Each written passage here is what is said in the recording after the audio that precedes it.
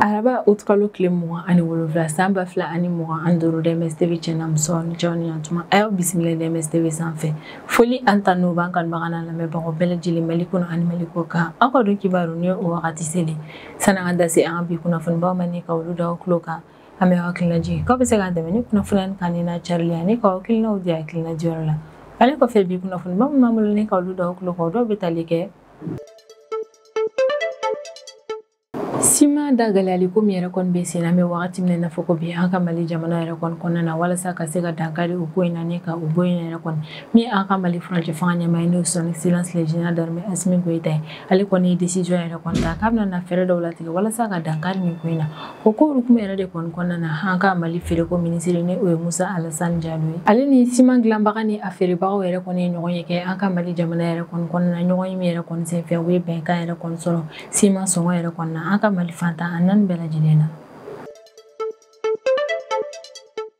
Utkalo tile 12 tɛmɛnen su ne ka don Utkalo tile 13 kɔnɔna na Zanba 2025 Korofina Nord commissariat de police maaw yɛrɛ kɔni opération dɔ kɛ nin yɔrɔ kofɔlen na opération min yɛrɛ kɔni kɛra sababu n'u sera ka u bolo da maa 5 yɛrɛ kɔni kan minnu bisigalen don k'a fɔ ko moto suyɛnnaw yɛrɛ de kɔni kun don an ka Bamako kɔnɔna na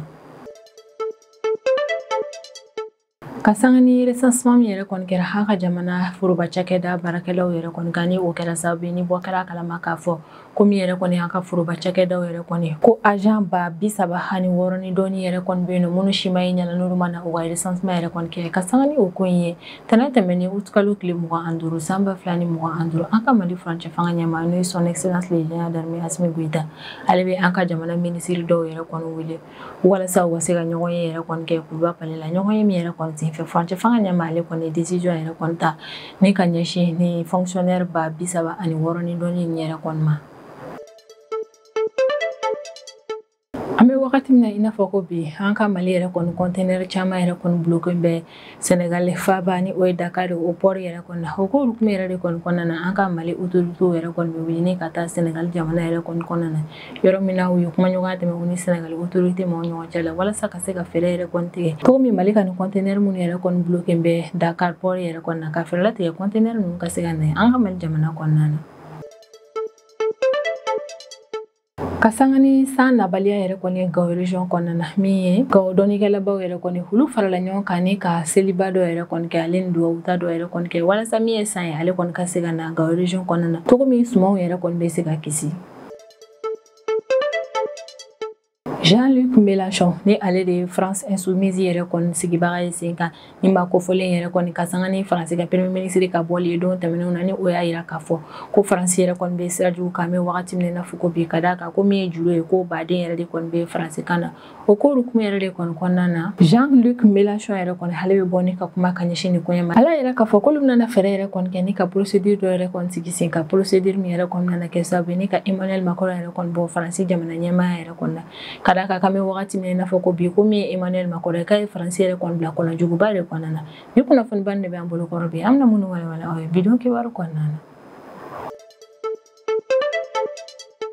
Kasangani simanko gɛlɛya min bɛ sen na an ka Mali jamana yɛrɛ kɔni kɔnɔna na min an ka Mali gouvernement ye olu kɔni y'a décidé ni ka fɛɛrɛ latigɛ ka o ko in yɛrɛ kɔni wuli yen nɔ u ka o baara yɛrɛ kɔni kɔnɔna na u jukɔrɔmadonna an ka Mali furancɛ fanga ɲɛmaa fɛ ni o ye son excellence le général d'armée Assimi Goïta ye don tɛmɛnenw yɛrɛ kɔni na an ka Mali feereko ministre ni o ye Musa Alassane Diallo yɛrɛ kɔni kuma ɲɔgɔnya tɛmɛna ale ni siman baarakɛlaw yɛrɛ kɔni ɲɔgɔn cɛ la ni o ye kɛrɛnkɛrɛnnenya la siman feerelaw ale ni siman dilannaw yɛrɛ kɔni u ka o kuma ɲɔgɔnya yɛrɛ de kɔni kɔfɛ Musa Alassane Diallo ale y'a yira k'a fɔ ko sɔngɔ dɔ yɛrɛ kɔni sigira simanko yɛrɛ kɔni na an ka Mali jamana kɔnɔna na a tɛ yɛlɛ sɔngɔ min yɛrɛ kɔni kan bilen an ka Mali feereko ministre n'o ye Musa Alassane Diallo yɛrɛ kɔni ale k'a kɔrɔfɔ la ka kuma in kɔnɔna na ko désormais yɛrɛ kɔni siman min bɛ dilan an ka Mali jamana kɔnɔna na k'o tɔni yɛrɛ kɔni sɔngɔ tɛ tɛmɛ bilen 22 ani 400 yɛrɛ kɔni kan ko siman min bɛ dilan jamana wɛrɛw kɔnɔna na n'u bɛna na don an ka Mali jamana kɔnɔna na k'o tɔni yɛrɛ kɔni tɛ tɛmɛ bilen 23 ni 400 yɛrɛ de kɔni kan la feereko ministre yɛrɛ kɔni ka kɔrɔfɔ la ko ɲani u kɔni décision yɛrɛ kɔni ta o y'a sɔrɔ kuma ɲɔgɔnya yɛrɛ kɔni tɛmɛna u ni an ka Mali ministre des transports et des infrastructures yɛrɛ kɔni ɲɔgɔn cɛ la ni o ye Madame Danbele Madina Sissoko ye Madame Danbele Madina Sissoko ni ale de ye an ka Mali ministère transport yɛrɛ kɔni ale ka kumaw kɔnɔna na y'a yira k'a fɔ k'ale ka ministère yɛrɛ kɔni bɛ fɛɛrɛ bɛɛ lajɛlen yɛrɛ kɔni latigɛ walasa ka se ka ciment yɛrɛ kɔni donni nɔgɔya an ka Mali jamana kɔnɔna na wa a yira k'a fɔ ko o baara in yɛrɛ kɔni na ale ni an ka Mali lafasali cakɛda maaw de kɔnɔna na baara kɛ ɲɔgɔn bolo feereko ministre n'o ye Musa Alassane Diallo yɛrɛ kɔni ale ka kumaw kɔnɔna na a bɛ sinsin a kan kosɛbɛ k'a ka kan yɛrɛ kɔni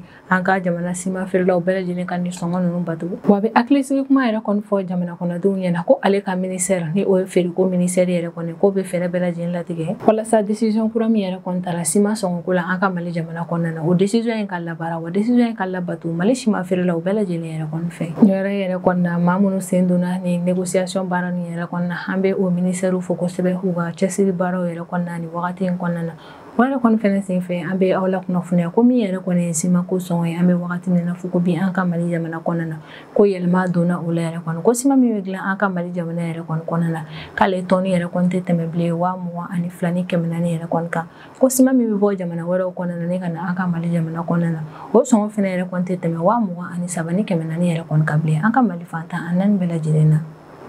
août kalo tile 12 tɛmɛnen su ne ka don août kalo tile 13 kɔnɔna na san 2025 Korofina Nord commissariat de police ma ni olu ka ɲɛmaa ye commissaire divisionnaire Bakari Kulibali yɛrɛ kɔni ale ka cɛdenw ye opération dɔ yɛrɛ kɔni kɛ don kofɔlen na Korofina Nord quartier kɔnɔna na opération min yɛrɛ kɔni kɛra sebayaba ye u bolo ka da u sera ka u bolo da zone caman kan ko opération yɛrɛ kɔni kɛra sababu ye ni police ninnu u sera ka u bolo da maa 5 yɛrɛ kɔni kan ale ni moto 7 minnu yɛrɛ kɔni kun suyɛnen don ko ɲani Korofina Nord commissariat maaw yɛrɛ kɔni kun ka ni opération yɛrɛ kɔni kɛ o y'a sɔrɔ juillet kalo kɔnɔna na maa dɔ yɛrɛ kɔnɔna na plainte tigɛ k'a yira k'a fɔ k'ale ka moto yɛrɛ kɔni suyɛna bangɔni na ni o ye quartier an ka Mali jamana kɔnɔna na kabini ni maa kofɔlen yɛrɛ kɔnɔna na a ka plainte yɛrɛ kɔni tigɛ brigade de recherche maaw ni olu fɛnɛ ɲɛmayalen don commissaire Isa Kumba yɛrɛ de kɔni fɛ olu ye enquête baaraw yɛrɛ kɔni daminɛ enquête minnu yɛrɛ kɔni sinsinna kosɛbɛ renseignement de kan walasa ka se ka fɛɛrɛ bɛɛ lajɛlen latigɛ ni ka ni moto suyɛnbaga maa ninnu yɛrɛ kɔni minɛ commissaire Isa Kumba k'a cɛdenw yɛrɛ kɔni ka o sɛgɛsɛgɛli baara in yɛrɛ kɔnɔna na nɔbɔ ko kɛra sababu n'u sera ka u bolo da maa dɔ yɛrɛ kɔni kan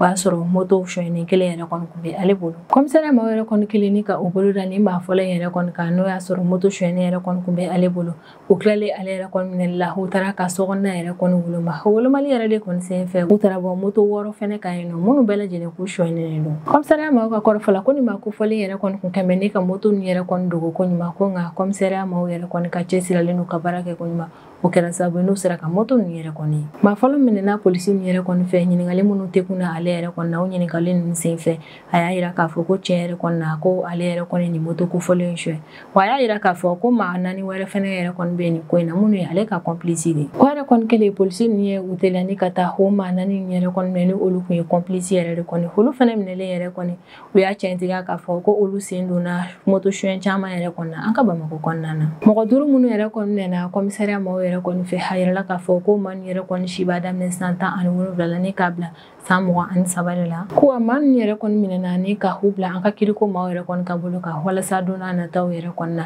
ni maa yɛrɛ kɔni ka kiritigɛ ka kɛ cogo min ni ɲankelen min yɛrɛ kɔni kan ka da o kan ka fɛɛrɛ bɛɛ lajɛlen yɛrɛ kɔni latigɛ u ka ɲaki o cogo la min kɔni ye sɛgɛsɛgɛli baaraw ye halisa u bɛ sen na commissariat maaw yɛrɛ kɔni fɛ walasa n'a sɔrɔ complice wɛrɛ yɛrɛ kɔni kun bɛ ni maa na u ka walejugu kɔnɔna na ka complice ni yɛrɛ kɔni ale n'a sɔrɔ nin ko in yɛrɛ kɔni ye réseau ko de ye ka fɛɛrɛ latigɛ ni ka réseau yɛrɛ kɔni ci ka bɔ an ka Mali jamana kɔnɔna na cogo min Mali jamana kɔnɔdenw bɛɛ lajɛlen bolofɛnw bɛ se ka lakana ni wale nin yɛrɛ kɔni b'a yirana k'a fɔ ko min an ka Mali lakana tigilamaaw yɛrɛ kɔni ko olu cɛsirilen don kosɛbɛ criminalité kɛlɛli la an ka Mali fantan a 4 bɛɛ lajɛlen na Korofina Nord commissaire yɛrɛ kɔni a ka cɛdenw fo kosɛbɛ u ka baara kɛ ko ɲuman na ni opération in sen fɛ wa a bɛ welemada kɛ ni ka ɲɛsin population bɛɛ lajɛlen yɛrɛ kɔni ma k'a b'a laɲini an fɛ an ka continuer an ka collaboration yɛrɛ kɔni tɛmɛ ani an ka lakana tigilamaaw yɛrɛ kɔni ɲɔgɔn cɛ la walasa ka se an ka jamana lakana yɛrɛ kɔni sabati ko ni population yɛrɛ kɔni sɔnna ne ka collaborer a ka fintigilakaw yɛrɛ kɔni fɛ ko caman yɛrɛ de kɔni na an bɛ an ka lakana tigilamaaw yɛrɛ kɔni dɛmɛ kosɛbɛ jamana kɔnɔdenw ni u bololafɛnw lakana sabatili la jamana fantan a 4 bɛɛ lajɛlen na août kalo tile 15 tɛmɛnen san 2025 an ka Mali ministère de la refondation ale ye rapport min yɛrɛ kɔni di an ka Mali furancɛ fanga ɲɛmaa ma ni o ye son excellence le général d'armée Assimi Goïta rapport min yɛrɛ kɔni kɔnɔna na an ka jamana fonctionnaire yɛrɛ kɔni bɛɛ lajɛlen lakodɔnnen don ni o rapport kelen yɛrɛ de fɛnɛ kɔnɔna na ministre de la refondation ale kɔni y'a yira k'a fɔ ko an ka jamana yɛrɛ kɔni kɔnɔna na ko foroba cakɛda baarakɛla maa ba 36 ni dɔɔni yɛrɛ kɔni bɛ yen nɔ minnu ka recensement ma kɛ n'olu ma ye ɲɛ yɛrɛ kɔni fɛnɛ na walima bɛ ka kɛ sababu ni bisigali bɛ ka kɛ k'a fɔ ko ni maa ninnu yɛrɛ kɔni tɛ yen nɔ yɛrɛ k'u ka wariw bɛ ka ta ne ka d'u ma wɛrɛw yɛrɛ de kɔni fɛ o ko yɛrɛ de kɔni kɔfɛ min ye an ka Mali furancɛ fanga ɲɛmaa ye n'o ye son excellence le général d'armée Assimi Goïta ale ni an ka jamana minisiri caman ye ɲɔgɔn ye tɛnɛn tɛmɛnen août kalo tile 25 san 2025 kuluba pale la ko tɛnɛn tɛmɛnen août kalo tile 25 san 2025 an ka Mali furancɛ fanga ɲɛmaa n'o ye son excellence le général d'armée Assimi Goïta ale ye réunion d'urgence dɔ yɛrɛ kɔni labɛn réunion min yɛrɛ kɔni kɔnɔna na furancɛ fanga ɲɛmaa kun bɛ yen premier ministre ni o ye général Abdoulaye Maïga ale fɛnɛ kun bɛ yen sɔrɔko ministre ni o ye Ali Useni Sanu ale kun bɛ yen ministre du travail et de la fonction publique ni o ye Fassoum Coulibaly o fɛnɛ kun bɛ yen fo ka taa se ministre de la refondation yɛrɛ kɔni ma ni o ye Bakari Traoré ninnu bɛɛ lajɛlen yɛrɛ de kɔni kun bɛ yen ni ɲɔgɔn ye kɛyɔrɔ in na ko furancɛ fanga ɲɛmaa yɛrɛ kɔni k'a laɲini yɛrɛ kɔni kɔfɛ ko donna nataw yɛrɛ kɔni na hali don jan tɛ bilen yɛrɛ kɔni mesure gɛlɛmanbaw yɛrɛ kɔni na ta ne ka ɲɛsin ni fonctionnaire ba 36 ni kɔni yɛrɛ kɔni kan minnu ma se ka ye ɲɛ yɛrɛ kɔni na an ka jamana kɔnɔna na ko mesure kura min taara an ka furancɛ fanga ɲɛmaa yɛrɛ kɔni fɛ o mesure kura nin yɛrɛ kɔni nana labara yanni kalo 3 délai yɛrɛ kɔni cɛ min yɛrɛ kɔni laseli kɛra août kalo tile 15 tɛmɛnen san 2025 wagati min na rapport yɛrɛ kɔni bɛ di furancɛ fanga ɲɛmaa yɛrɛ kɔni ma ministre de la refondation ale y'a yira k'a fɔ k'a ye kalo 3 délai yɛrɛ de kɔni di ni fonctionnaire ninnu ma minnu ma n'u ka recensement yɛrɛ kɔni kɛ walasa u ka se ka n'u ka recensement kɛ nka min yɛrɛ kɔni furancɛ fanga ɲɛmaa ka décision ye o kɔni y'a yira k'a fɔ ko ɲani nin kalo 3 délai yɛrɛ kɔni cɛ ko mesure kofɔlen nin yɛrɛ kɔni nana labara an ka jamana kɔnɔna na ɲani furancɛ fanga ɲɛmaa n'o ye son excellence le général d'armée Assimi Goïta ɲani ale ni an ka nin ministre ninnu yɛrɛ kɔni ka ɲɔgɔn ye yɛrɛ kɔni kɛ o y'a sɔrɔ tile 10 ka kɔn o yɛrɛ kɔni ye ministre de la refondation ale a ka rapport yɛrɛ kɔni di furancɛ fanga ɲɛmaa ma furancɛ fanga ɲɛmaa ni an ka ministre ninnu yɛrɛ kɔni tilalen o ka ɲɔgɔn ye la min an ka premier ministre ni o ye général Abdoulaye Maïga yɛrɛ kɔni ale bɛ bɔ ni ka kuma o ka ɲɔgɔn ye yɛrɛ kɔni ko kan a y'a yira k'a fɔ ko ministre de la refondation ale kɔni ye rapport min yɛrɛ kɔni di an ka furancɛ fanga ɲɛmaa yɛrɛ kɔni ma walasa ka se ka yɛlɛma yɛrɛ kɔni don an ka jamana foroba cakɛdaw yɛrɛ kɔni kɔnɔna na ko rapport ninnu yɛrɛ kɔni kɔnɔna na recommandation min bɔra o kɔnɔna na k'ale y'a faamu k'a fɔ yɛrɛ kɔni ko furancɛ fanga ɲɛmaa a bɛ fɛ ka fɛɛrɛ bɛɛ lajɛlen latigɛ o recommandation ninnu ka se ka labara premier ministre ka kɔrɔfɔ la ko furancɛ fanga ɲɛmaa yɛrɛ kɔni ye fɛn fɛn laɲini u fɛ u ka nin ɲɔgɔn ye yɛrɛ kɔni na k'olu ye o laɲini ninnu bɛɛ lajɛlen yɛrɛ kɔni sɛbɛn ko wa a bɛɛ lajɛlen bɛna labara don n'a nataw la ko n'Ala sɔnna ma ko don nataw yɛrɛ kɔni na recommandation min yɛrɛ kɔni bɔra rapport in kɔnɔna na ko recommandation yɛrɛ kɔni tilancɛ bɛɛ lajɛlen yɛrɛ kɔni nana labara an ka jamana kɔnɔna na ko wa o recommandation tilancɛ minnu yɛrɛ kɔni nana labara ko bɛɛ lajɛlen yɛrɛ kɔni bɛ tali kɛ fonctionnaire ba 36 ninnu yɛrɛ de ka ko yɛrɛ kɔni na ni olu kɔni ye maa ye minnu yɛrɛ kɔni ma ye an bɛ wagati min na i n'a fɔ ko bi fɔlɔ général Abdoulaye Maïga bɛ tila ka hakili jigi yɛrɛ kɔni kɛ ko août kalo tile 15 tɛmɛnen san 2025 k'a laseli yɛrɛ kɔni kɛra ko fonctionnaire ba 36 ani dɔɔni minnu yɛrɛ kɔni ni olu ma ye ɲɛla yɛrɛ kɔni ko kalo 3 délai yɛrɛ de kɔni dilen don u ma u ka fɛɛrɛ bɛɛ lajɛlen latigɛ ne ka na u ka recensement kɛ ko nka ɲani o kalo 3 délai yɛrɛ kɔni cɛ ko furancɛ fanga ɲɛmaa yɛrɛ kɔni y'a yira k'a fɔ k'a ka kan yɛrɛ kɔni u k'u teliya nin ko in yɛrɛ kɔni fɛ ale ni ko ni fonctionnaire ba 36 minnu yɛrɛ kɔni ma ye ɲɛla yɛrɛ kɔni ko min ye furancɛ fanga ɲɛmaa ye k'a ye bilasiralikan ale laɲini dɔw yɛrɛ kɔni fɔ olu ɲɛna walasa ka se ka nin fonctionnaire fictif ninnu yɛrɛ kɔni ka kow yɛrɛ kɔni gérer i n'a fɔ bɛɛ lajɛlen b'a kalama cogo min ni fonctionnaire minnu yɛrɛ kɔni ma ye ɲɛla a yirala k'a fɔ ko san yɛrɛ kɔni kɔnɔna na an ka état maaw yɛrɛ kɔni bɛ yen CFA wari miliyari 48 dɔɔni de don ni maa ninnu na san kuntagala kɔnɔna na premier ministre yɛrɛ kɔni ka kɔrɔfɔ la ko don nataw yɛrɛ kɔni na Mali jamana kɔnɔdenw bɛɛ lajɛlen yɛrɛ kɔni na la kunnafoniya fɛn dɔw yɛrɛ kɔni kɛli la ale ni baara dɔw yɛrɛ kɔni kɛli la walasa ministre de la refondation ka rapport in kɔnɔna na recommandation minnu b'a kɔnɔna na ka fɛɛrɛ latigɛ ne ka o recommandation ninnu labara ko don nataw la Mali jamana kɔnɔdenw bɛɛ lajɛlen bɛna kunnafoniya o baara ninnu na a ka kɔrɔfɔ la ko kalo 3 délai min yɛrɛ kɔni dilen filɛ nin fonctionnaire fictif minnu yɛrɛ kɔni ma an bɛ wagati min na i n'a fɔ ko bi ko o fɛnɛ yɛrɛ kɔni tɛmɛlen kɔfɛ min ye ni fonctionnaire ba 36 ninnu yɛrɛ kɔni ni minnu ma ye ɲɛla k'olu ka saraw yɛrɛ kɔni na tigɛ ko fɛnɛ tɛmɛlen kɔfɛ gouvernement maaw yɛrɛ kɔni instruction dɔw yɛrɛ kɔni sɔrɔ ne ka bɔ furancɛ fanga maaw yɛrɛ kɔni yɔrɔ la minnu yɛrɛ kɔni bɛ taa o sira kelen fɛ ni o bɛ tali kɛ kow yɛrɛ de kɔni kɛlen walasa ka se ka ɲɛsin ni fonctionnaire fictif ninnu ma ko mesure camanw yɛrɛ kɔni bɛ yen nɔ minnu bɛna ta don n'a nataw la ko a Mali jamana kɔnɔdenw bɛɛ lajɛlen yɛrɛ kɔni bɛna kunnafoniya o ko ɲɛ kan don n'a nataw yɛrɛ kɔni na ko wa décision ninnu yɛrɛ kɔni bɛ yen an ka jamana ministre minnu yɛrɛ kɔni ɲɛsira la ko don n'a nataw la o ministre ninnu yɛrɛ kɔni na ɲɛfɔli kɛ an ye décision ninnu labaarali la u ka cakɛdaw yɔrɔ la hakilila jiginna août kalo tile 15 tɛmɛnen san 2025 an ka Mali ministre de la refondation ale kɔni ye rapport dɔ yɛrɛ kɔni di an ka Mali furancɛ fanga ɲɛmaa ma n'o ye son excellence le général d'armée Assimi Goïta rapport min yɛrɛ kɔni bɛ tali kɛ an ka Mali jamana yɛrɛ kɔni kɔnɔna na fonctionnaire hakɛya minnu yɛrɛ kɔni bɛ yen nɔ ale ni sara min yɛrɛ kɔni bɛ don ni maa ninnu na fo ka taa se recommandation dɔw yɛrɛ kɔni ma walasa ka se ka na ni jɛyali yɛrɛ kɔni an ka foroba cakɛdaw yɛrɛ kɔni yɔrɔ la wa rapport yɛrɛ de kɔni kɔnɔna na yɛrɛ k'a fɔ k'an ka Mali jamana yɛrɛ kɔni kɔnɔna na ko fonctionnaire ba 36 yɛrɛ kɔni bɛ yen nɔ olu ma ye ɲɛla wa olu mana u ka recensement yɛrɛ kɔni kɛ o ko hokumu yɛrɛ de kɔni kɔnɔna na ministre de la fondation ale y'a yira k'a fɔ k'a tɛ girin k'a fɔ yɛrɛ kɔni k'a fɔ ko ni maa ninnu tɛ yen nɔ ko fictif yɛrɛ de kɔni don ko nka a bɛ kalo 3 délai de d'u ma u k'u jija o kalo 3 yɛrɛ kɔni kɔnɔna na u ka ye ɲɛla wa u ka n'u ka recensement n'u ka baaraw bɛɛ lajɛlen yɛrɛ kɔni kɛ an bɛ yɛrɛ kɔni furancɛ fanga ɲɛmɛ ale y'a yira k'a fɔ ko o ko in yɛrɛ kɔni ka suma ko ɲani kalo 3 délai yɛrɛ kɔni ka dafa k'a ka an ka Mali autorité yɛrɛ kɔni ka décision ta ni ko ɲɛ kan ni wale yɛrɛ kɔni y'a yira na k'a fɔ ko min ye an ka Mali furancɛ fanga ɲɛma ye n'o ye son excellence Zeyina Darme Assimi Goïta wale y'a yira na k'a fɔ k'ale tɛ ka nin ko in yɛrɛ kɔni ta ko den na ka da kan min yɛrɛ kɔni ni fonctionnaire ba 36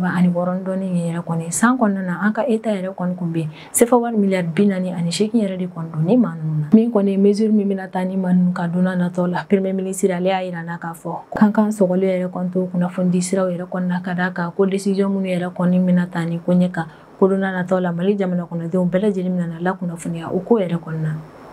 an ka conseil malien des chargeurs olu yɛrɛ kɔni ka mission dɔ yɛrɛ kɔni bɛ Sénégal jamana kɔnɔna na bɛ wagati min na i n'a fɔ ko bi walasa gɛlɛya min yɛrɛ kɔni bɛ an ka Mali conteneur dɔw yɛrɛ kɔni ka Dakar port yɛrɛ kɔni na ka fɛɛrɛ latigɛ ka o ko yɛrɛ kɔni ɲɛnabɔ an ka conseil des maliens des chargeurs maaw yɛrɛ kɔni taara Sénégal jamana yɛrɛ kɔni kɔnɔna na walasa ka kuma ɲɔgɔnya tɛmɛ u ni Sénégal autorité maaw ni ɲɔgɔn cɛ la ka da kan bɛ wagati min na i n'a fɔ ko bi an ka Mali conteneur caman yɛrɛ kɔni bloquelen don Dakar port yɛrɛ kɔni na an ka ni mission min yɛrɛ kɔni bɛ Sénégal jamana kɔnɔna na bɛ wagati min na i n'a fɔ ko bi o mission ni yɛrɛ kɔni na min ye conseil malien des chargeurs olu ka secrétaire général yɛrɛ kɔni bɛ mission yɛrɛ kɔni na wa an ka ni mission ni yɛrɛ kɔni taara an ka Mali ministre des transports et des infrastructures yɛrɛ de kɔni ka ci lase la Sénégal jamana kɔnɔna na mission ni yɛrɛ kɔni tagara walasa an ka conteneur minnu yɛrɛ kɔni bloquelen don Dakar port yɛrɛ kɔni na ka fɛɛrɛ latigɛ o conteneur ninnu yɛrɛ kɔni ka se ka bɔ yen nɔ cogo min Mali yɛrɛ kɔni ka fɛn minnu bɛ bɔ yɔrɔ wɛrɛ la ni ka nɔ an ka don an ka Mali jamana kɔnɔna na olu bɛɛ lajɛlen ka se ka dɔn ni initiative yɛrɛ kɔni kɛ kun de walasa jɛɲɔgɔnya min bɛ Mali ale ni Sénégal ni ɲɔgɔn cɛ la k'o jɛɲɔgɔnya to renforcer kosɛbɛ walasa feere ni sanni ko min bɛ Mali ni Sénégal ni ɲɔgɔn cɛ la ka fɛɛrɛ latigɛ ni ka o ko yiriwa wale min bɛ kɛ sababu ye ni ka Mali sɔrɔ ko fɛnɛ yiriwa don n'a nataw la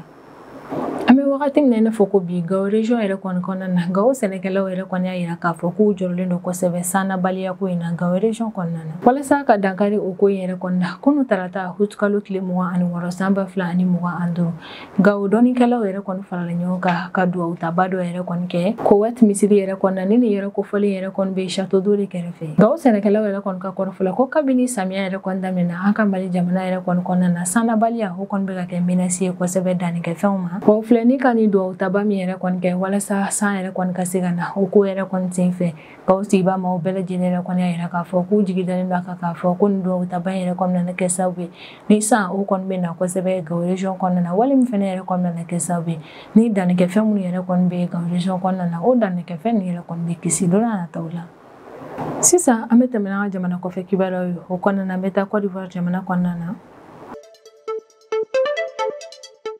kari tɛmɛnen août kalo tile 24 san 2025 sufɛla ne ka dugu jɛ tɛnɛn na août kalo tile 25 san 2025 walejuguba dɔ yɛrɛ kɔni kɛra Difita village yɛrɛ kɔni kɔnɔna na ni nin ye yɔrɔ ye min ni Côte d'Ivoire ale ni Burkina Faso ka frontière ka surun ɲɔgɔn na kosɛbɛ Côte d'Ivoire ka fintigilakaw yɛrɛ kɔni y'a siɲɛ tigɛ k'a fɔ ko nin don kofɔlen yɛrɛ kɔni na maa bɛ fɛntigi dɔw minnu yɛrɛ kɔni ma lakodɔn olu nana walejugu yɛrɛ kɔni ta ne ka ɲɛsin Difita village sigibaa maaw ma ko walejugu yɛrɛ kɔni kɛra sufɛla nɛgɛ kaɲɛ 2 wagati de wagati min sukun koliba kun don nin yɔrɔ kofɔlen na wa maa ma fɛntigi ninnu yɛrɛ kɔni minnu ma lakodɔn yɛrɛ kɔni olu y'u ka nin attaque yɛrɛ kɔni kɛ ne ka ɲɛsin village fitinin dɔ yɛrɛ de kɔni ma ni o village ma ni yɛrɛ kɔni ka baara ye sɛnɛ yɛrɛ de kɔni ko wa village yɛrɛ kɔni ni Côte d'Ivoire ni Burkina ka frontière ka surun ɲɔgɔn na kosɛbɛ kabini kunnafoniya yɛrɛ kɔni sera Côte d'Ivoire ka lakana tigilamɔgɔw yɛrɛ kɔni ma ko Côte d'Ivoire ka responsable militaire yɛrɛ kɔni olu ye u ka équipe yɛrɛ kɔni wuli teliya la minnu yɛrɛ kɔni donna avion yɛrɛ kɔni kɔnɔna na walasa ka se ka taa nin village sigibaa maa ninnu dɛmɛ ale ni maa min yɛrɛ kɔni nin walejugu kɛ ni ka ɲɛsin village sigibaa maa ninnu ma ka fɛɛrɛ latigɛ ni ka o maa ninnu ye teliya yɛrɛ kɔni na maa min kɔni nin walejugu in kɛ ni ka ɲɛsin Difata sigibaa maaw yɛrɛ kɔni ma ko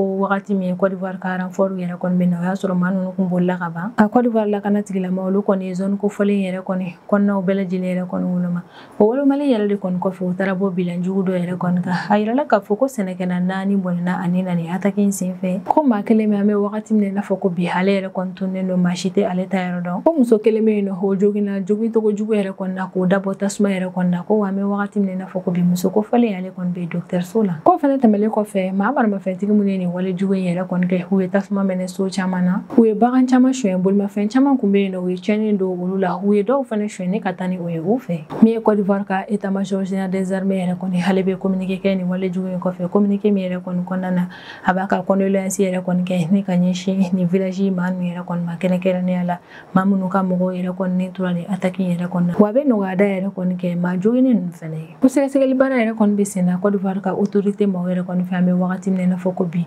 walasa maa minnu ye nin wale jugu in yɛrɛ kɔni kɛ ka fɛɛrɛ latigɛ tɛgɛ ka da o maa ninnu kan ale ni u y'a kɛ kun yɛrɛ kɔni na ka se ka fɛɛrɛ yɛrɛ kɔni latigɛ ni ka o kun ninnu bɛɛ lajɛlen dɔn min ye Côte d'Ivoire autorité militaire yɛrɛ kɔni u bɛ welemada kɛ ni ka ɲɛsin population yɛrɛ kɔni ma k'u ka to basigi yɛrɛ kɔni kɔnɔna na wa u ka collaboration tɛmɛ u ni Côte d'Ivoire lakana tigilamaw ni ɲɔgɔn cɛla la u bɛ tila ka sinsin a kan kura yɛrɛ kɔni ko olu cɛsirilen don nin région kofɔlen yɛrɛ kɔni sigibaa ma o bɛɛ lajɛlen ka lakana sabatili baaraw la an kɔni bɛ wagati min na i n'a fɔ ko bi maa min ye nin wale jugu in ta ne ka ɲɛsin Côte d'Ivoire ka nin village in yɛrɛ kɔni sigibaa ma o maaw yɛrɛ kɔni ma dɔn fɔlɔ nka sɛgɛsɛgɛli baaraw yɛrɛ kɔni bɛ sen na Côte d'Ivoire autorité maaw yɛrɛ kɔni fɛ walasa fɛɛrɛ ka se ka latigɛ tɛgɛ ka da nin wale jugukɛla ninnu kan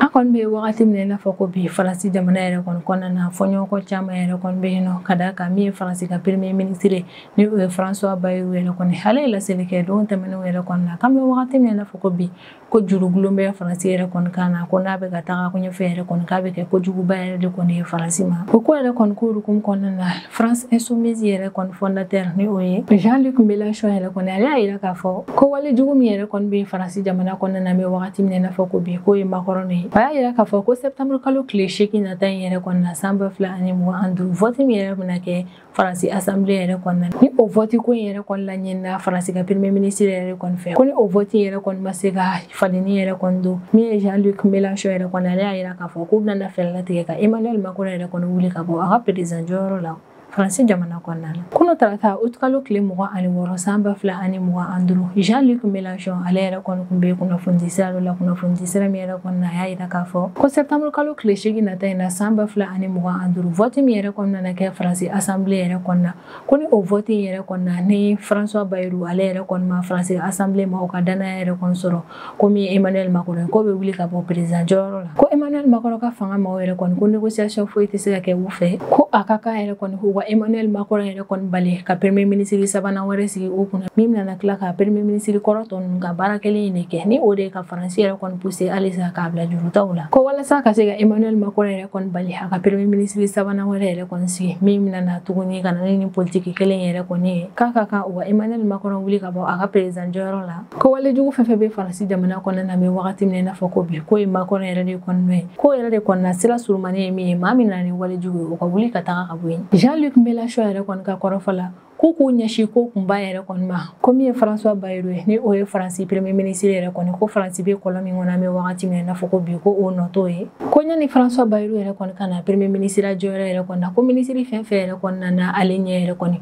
olu bɛɛ lajɛlen yɛrɛ de kɔni nana Faransi bila ni kɔlɔn jugu yɛrɛ kɔni kɔnɔna na n'u ka gestion kolonw ye ko ni responsable bɛ nin kojugu yɛrɛ kɔni na o ye jamana ɲɛmaa de ye ni o ye Emmanuel Macron ye a ye laseli kɛ ko septembre kalo tile 23 nata in na san 2025 olu kɔni nana procédure dɔ yɛrɛ kɔni bila Assemblée nationale yɛrɛ kɔni na procédure min yɛrɛ kɔni na u bɛ fɛ ka fɛɛrɛ latigɛ ne ka Emmanuel Macron wuli ka bɔ a ka président jɔyɔrɔ la an bɛ wagati min na i n'a fɔ ko bi Faransi bɛ crise dɔ yɛrɛ kɔni kɔnɔna na crise min bɛ Faransi sɔrɔ a ka secteur bɛɛ lajɛlen na k'u ye politique min yɛrɛ kɔni ta fɔlɔ walasa ka se ka jamana yɛrɛ kɔni gérer ni o ye ko o ma se ka nɔbɔ ko min ye Emmanuel Macron ye n'o ye Faransi jamana ɲɛmaa ye k'a y'a yira k'a fɔ k'a tɛna n'a ka politique falen ko wa Emmanuel Macron ka politique yɛrɛ de kɔni ma se ka sebaya sɔrɔ ka d'a kan o de filɛ ni ka Faransi yɛrɛ kɔni bila ni kɔlɔnjugu in kɔnɔna na ko yɛrɛ de kɔni na ka kan Emmanuel Macron ale ka taga ni ka bɔ président jɔyɔrɔ la Faransi jamana kɔnɔna na Jean-Luc Mélenchon yɛrɛ kɔni ka kɔrɔfɔ la ko ale dusuma kasilen don kosɛbɛ ka d'a kan ko crise min yɛrɛ kɔni bɛ Faransi jamana yɛrɛ kɔni kɔnɔna na k'o dabɔra Faransi pouvoir maaw yɛrɛ kɔni ka politique de la ko wa u bannen don ka o politique fɛnɛ falen tuguni o yɛrɛ de kɔni a bɛ welemada kɛ tuguni yɛrɛ kɔni